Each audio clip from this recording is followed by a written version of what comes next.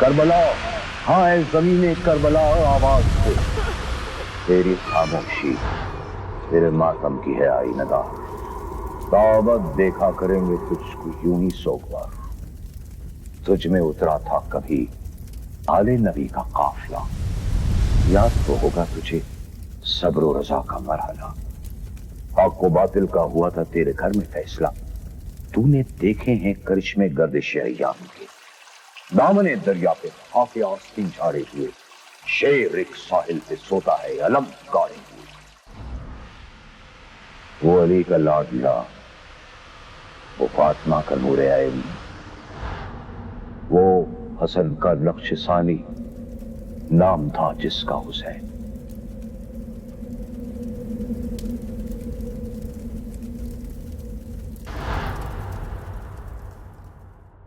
اعوذ باللہ من الشیطان الرجیم، بسم اللہ الرحمن الرحیم،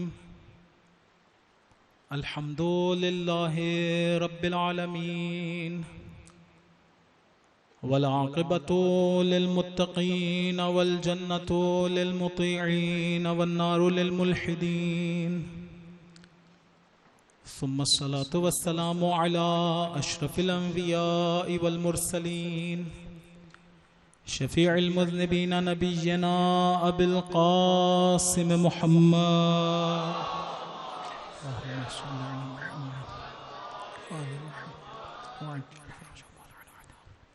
وعلى اہل بیتہ الطیبین الطاہرین الہداة المہدیین، لا سیما بقیت اللہ فی الارضین، روحی لہ الفداء وارواح العالمین، واللعنة الدائمة على اعدائهم اجمعین،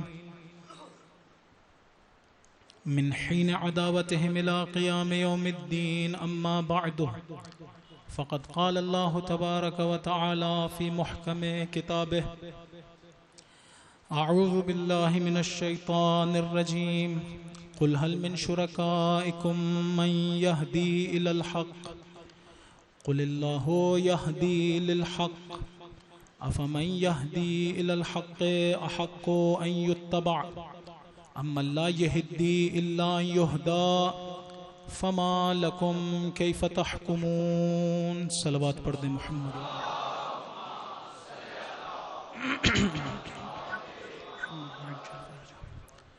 خداوند متعال کا نہایت شکر گزار ہوں کہ اس نے مجھے اور ہم سب کو یہ توفیق عنایت کی کہ اس کا اور اس کے پاک بندوں کا ذکر بجا لا سکیں۔ خدا کی بارگاہ میں دعا ہے کہ مولا ہم سب کو وہ خلوص عنایت فرما جو اس مجلس اور اس جیسی مجالس کی قبولیت کے لیے شرط ہے۔ خدا اس مجلس کے صدقے میں ہم سب کے علم و عمل میں اضافہ فرما۔ خدایا ہم سب کے گناہان کبیرہ و صغیرہ کو معاف فرما، ہمارے والدین کے، دوستوں کے، بھائیوں کے، رشتہ داروں کے، خدایا سب کے گناہان کبیرہ و صغیرہ کو معاف فرما۔ خدا ہم سب کو امام زمان عجل اللہ تعالی فرجہ الشریف کی خوشنودی عنایت فرما۔ مولا ہمیں حقیقی عزادار سید الشہداء قرار دے۔ مولا تمام عزاداران سید الشہداء کو، تمام مومنین کو، مسلمانوں کو، مستضعفین عالم کو اپنی حفاظت میں قرار دے۔ خدا اس وائرس کے ذریعے سے فقط اپنے دشمنوں کو نیست و نابود قرار دے۔ مولا ہم سب کو نیک اور صالح اولاد عنایت فرما، خصوصاً جن لوگوں نے دعاؤں کے لیے کہا ہے بے اولاد ہیں، خدایا نیک و صالح محب اہل بیت اولاد عنایت فرما۔ خدایا ہم سب کو حج و عمرہ و زیارات کا شرف عنایت فرما، ہمارے رزق میں برکت فرما، ہم سب کو رزق حلال واسع عنایت فرما۔ جو بیمار ہیں خصوصاً منظور نظر بیماران، خدایا اپنی بارگاہ سے جسمانی اور روحانی بیماریوں سے شفاء کاملہ و عاجلہ عنایت فرما۔ مولا وہ دعائیں جو مومنین کے دلوں میں ہیں اپنی بارگاہ میں قبول و منظور فرما۔ مسلمانوں کی اور پاکستان میں بسنے والے مسلمانوں کی بالخصوص نصرت فرما، ہم سب کو اتحاد اور وحدت عنایت فرما۔ جو لوگ اس وقت باہر خدمات انجام دے رہے ہیں، کسی طور سے اس مجلس میں شریک ہیں، خدایا تمام کی زحمتوں کو اپنی بارگاہ میں قبول و منظور فرما۔ دعاؤں کی قبولیت کے لیے ایک مرتبہ صلوات پڑھیے محمد و آل محمد۔ صلی علی محمد وآل محمد وعجل فرجهم ولعن اعداءهم۔ ایک نہایت اہم پیغام آج کی مجلس کا یہ دینا چاہتا ہوں کہ جس طرح سے ہم بار بار عرض کر رہے ہیں کہ خدا کی یاد میں رہنا چاہیے، محمد پر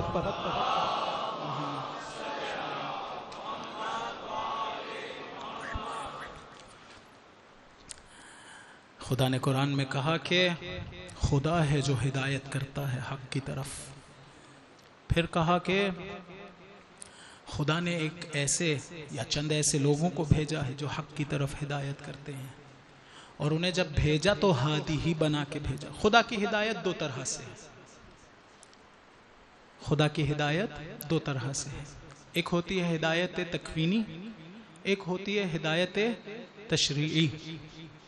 ہدایت تکوینی وہی ہے جس کے بارے میں کہا کہ جیسی خلقت کسی چیز کی ہونی چاہیے تھی ویسی خدا کر دے۔ مثلا شہد کی مکھی میں ایک خاص خصوصیت رکھی ہے کہ وہ اگر بہت دور بھی اڑ کے جائے تو اس میں یہ ایک آپ سمجھ لیں کہ ان بلٹ صلاحیت ہے جس کے ذریعے سے وہ واپس اپنے گھر کو ہی آئے گی، یا ایک خاص طرح سے اپنا گھر بنائے گی۔ یا چیونٹیوں میں ایک خاص قسم کی خدا نے انہیں ایک خاص طریقے سے خلق کیا۔ ہمیں بھی انسانوں کو بھی مختلف طاقتیں اور مختلف صلاحیتیں دے کے خلق کیا۔ جیسا انسان کو خلق کرنا چاہیے تھا ویسا خلق کرنا خدا کی طرف سے ہدایت ہے۔ اسے کہتے ہیں ہدایت تکوینی۔ تکوین کہتے ہیں وجودی، ہدایت وجودی، یعنی جب وجود عطا کر رہا ہو تو جیسا وجود دینا چاہیے ویسا ہی دے دے۔ ایک ہے ہدایت تشریعی، جہاں پر خداوند متعال کیا کرتا ہے؟ تشریع یعنی لیجسلیشن، خدا قانون بناتا ہے۔ قانون بھی ایسا نہیں بناتا کہ جس کا فقط ایک ظاہر ہو اور کوئی باطن نہ، نہیں، وہ جانتا ہے میں کیسا ہوں، وہ جانتا ہے مجھے کہاں جانا ہے، وہ جانتا ہے میری صلاحیتیں کیا ہیں۔ وہ ان سب چیزوں کو مد نظر رکھتے ہوئے عالم باطن سے منسجم، عالم باطن سے منسجم، کوہرنٹ، کمپیٹیبل ایک قانون بناتا ہے اور مجھ سے کہتا ہے یہ زندگی اس قانون کے مطابق گزار۔ اگر یہ زندگی وہی محرمات و واجبات اور مستحبات و مکروہات، یہ سارا کچھ، اور اخلاق و حکم، خدا کہتا ہے اگر ایسا کرو گے تو جس چیز کے لیے میں نے بنایا ہے وہاں تک پہنچ جاؤ گے۔ اگر اپنا نظام خود بنانے کی کوشش کرو گے تو وہ جو میں نے بنایا ہے یا جس چیز کے لیے تمہیں بنایا تھا وہاں تک نہیں پہنچ سکتے۔ یہ قانون بنانا کس کا حق ہے؟ خدا کا، یا رسول خدا صلی اللہ علیہ وآلہ وسلم کا۔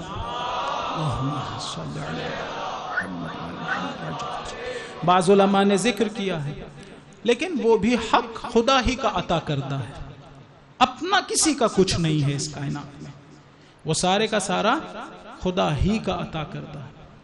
یہ ہے خدا کی ہدایت۔ لیکن جب انسان یا ائمہ علیہم السلام جب یہ ہدایت کرنے لگے تو ان کی ہدایت کیسے ہوتی ہے؟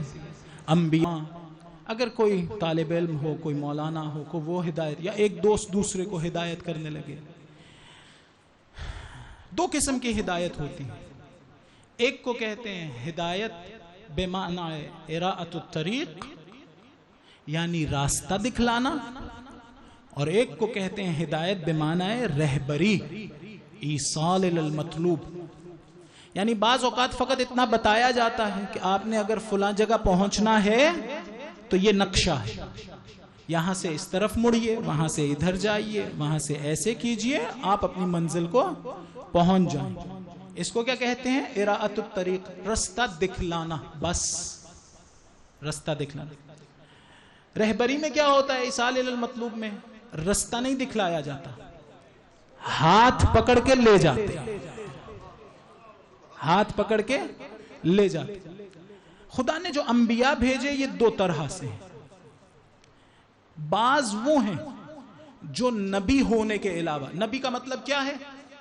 یعنی وہ جس کے پاس کوئی نبأ ہو، یعنی وہ جس کے پاس کوئی خبر ہو۔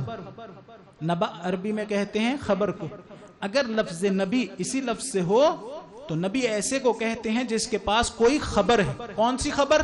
وہی جو خدا نے کہا تھا پہنچا دو۔ دین کی تعلیمات اگر کسی کے پاس ہوں خدا کی عطا کردہ، یعنی اس پہ وحی نازل ہوتی ہو، یا جو پہلے سے وحی ہے وہ اس کا مبلغ ہو، لیکن خداوند متعال کی طرف سے وہ یہ پہنچا رہا ہو، اس کے پاس ایک خبر ہے اور وہ پہنچا رہا ہے۔ بعض انبیاء اس طرح سے، ان کا کام فقط اتنا ہے۔ بعض انبیاء ایسے نہیں ہیں جن کا کام فقط خبر پہنچانا ہے۔ جو پہلا گروہ ہے وہ کیا کہے گا؟ وہ کہے گا وما علینا الا البلاغ، ہمارے پہ اور کچھ واجب نہیں سوائے اس کے کہ ہم آپ تک بات پہنچا دیں۔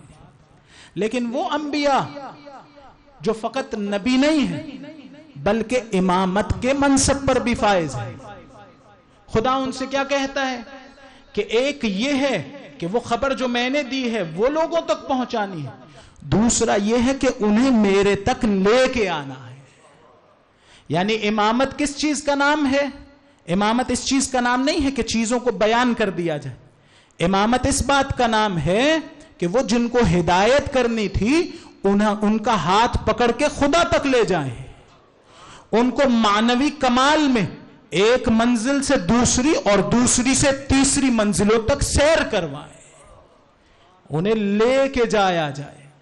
قرآن میں خدا نے کہا، ایک درود پڑھیے محمد و آل محمد پر، اللہم صلی محمد و آل محمد وعجل فرجهم والعن اعداءهم وجعلنا منهم ائمة يهدون بأمرنا لما صبروا وكانوا بآياتنا يوقنون۔ ہم نے انبیاء میں سے بعض کو امام بنایا ہے۔ حضرت ابراہیم کے بارے میں ذکر کیا تھا نا کہ خدا نے کہا انی جاعلک للناس اماما، وہ پہلے نبی تھے، رسول تھے، خلت کی منزلت پر تھے، پھر خدا نے امتحان لینے کے بعد کیا کیا؟ انہیں امام بنایا۔ اب اگر ایک شخص پہلے سے خبر رکھتا ہو، اس لیے کہ نبی ہے، اگر پہلے سے خبر رکھتا ہو اور اس نے وہ لوگوں تک پہنچانی ہو، امتحان لینے کے بعد جو اسے عطا کیا جائے گا وہ وہی خبر نہیں ہوگی، ایک اور رتبہ ہونا چاہیے جو اسے عطا ہو۔ یعنی پہلے یہ رتبہ تھا کہ آپ نے لوگوں تک خبر کو پہنچانا ہے، امتحان کے بعد یہ رتبہ عطا ہوا کہ اب میرے تک لانا بھی ہے، صرف پہنچانا نہیں ہے۔ علماء نے کہا یہ جو آیت میں کہا ہے نا وَجَعَلْنَا مِنْهُمْ أَئِمَّةً يَهْدُونَ بِأَمْرِنَا، یہ لفظ یہدون بِأَمْرِنَا یعنی وہ جو ہمارے امر سے ہدایت کرتے ہیں، یہ تعریف ہے امامت کی۔ امام کون ہوتا ہے؟ وہ جس نے ہدایت کرنی ہے۔ یہدونا، وہ لوگ ہدایت کرتے ہیں۔ میں نے کہا کون سی ہدایت؟ ہدایت بمعنی ایصال الی المطلوب، یعنی رہبری، انہوں نے رہنمائی نہیں کرنی، وہ تو پہلے سے ہی نبی تھے۔ کہا وجعلنا منہم، انہی میں سے ہم نے بعض کو کیا بنایا؟ امام بنایا۔ امام کی تعریف کیا ہے؟ یہدونا بامرنا۔ آیت اللہ محمد حسین طباطبائی نے یہی ذکر کیا رحمہ اللہ رضوان اللہ تعالی علیہ۔ ایک درود پڑھیے آغا محمد حسین طباطبائی مرحوم کے لیے، اللہم صلی علی محمد وآل محمد۔ فرمایا یہدون بامرنا، امام کی تعریف یہ ہے کہ وہ ہدایت کا کام کرتا ہے۔ کون سی ہدایت؟ وہ جو خدا کے امر کے ذریعے سے ہو، وہ ہدایت جو خدا کے امر کے ذریعے۔ دو خصوصیات بیان کی، انہیں امام کیوں بنایا خدایا، انہیں امام کیوں بنایا؟ اگلے دو جملے بیان کر رہے ہیں۔ لما صبروا، انہیں امام تب بنایا جب انہوں نے صبر کا مظاہرہ کیا۔ حضرت ابراہیم کے بارے میں کیا تھا کہ جب امتحان دے دیا تو پھر خدا نے کہا ہم تمہیں امام بنا رہے ہیں انسانوں کا۔ خوب دوسری کیا خصوصیت ہے؟ وَكَانُوا بِآيَاتِنَا يُوقِنُونَ، یہ وہ ہیں جو ہماری آیات پر یقین کامل رکھتے ہیں۔ دو خصوصیات، یہی دو خصوصیات تو ہم اتنے دن سے ذکر کر رہے تھے کہ علم کی میدان میں یا یقین کے میدان میں کس جگہ پر ہوں؟ حق الیقین کی منزلت پر۔ خدا اس آیت میں کیا کہہ رہا ہے کہ ہم نے انہیں امام کب بنایا؟ جب انہوں نے صبر کیا۔ لیکن اس سے پہلے کہ یہ کام انہیں امام بنایا جاتا، توجہ کیجئے، اس سے پہلے کہ یہ انہیں امام بنایا جاتا یہ یقین کی منزلت پر فائز تھے. وَكَانُوا بِآيَاتِنَا يُوقِنُونَ. زمانے ماضی کی ذکر ہوا. یہ ہماری آیات پہ یقین رکھتے تھے, وہ یہ حق الیقین. لیکن توجہ اب کیجئے, میں نے کہا کہ ان کا کام کیا ہے؟ ہدایت کرنا. ہدایت کس کے ذریعے, کس چیز سے؟ خدا کے امر سے. خدا کا امر کیا ہوتا ہے؟ خدا کا امر وہی ہے کہ جس کے بارے میں سورہ یاسین میں اور دیگر مقامات پہ کیا کہا خدا نے کہ انما, ایک درود پڑھیے محمد و آل محمد پر. کربلا, ہاں اے زمین کربلا آواز دے, تیری خاموشی تیرے ماتم کی ہے آئینہ. دعوت دیکھا کریں گے تجھ کو یوں ہی سوگوار. تجھ میں اترا تھا کبھی آل نبی کا قافلہ, یاد تو ہوگا تجھے صبر و رضا کا مرحلہ. حق و باطل کا ہوا تھا تیرے گھر میں فیصلہ. تو نے دیکھے ہیں کرشمے گردش ایام کے, دامن دریا پہ خاک آستین جھاڑے ہوئے, شیر ایک ساحل پہ سوتا ہے علم گاڑے ہوئے. وہ علی کا لاڈلا, وہ فاطمہ کا نور عین, وہ حسن کا نقش ثانی, نام تھا جس کا حسین.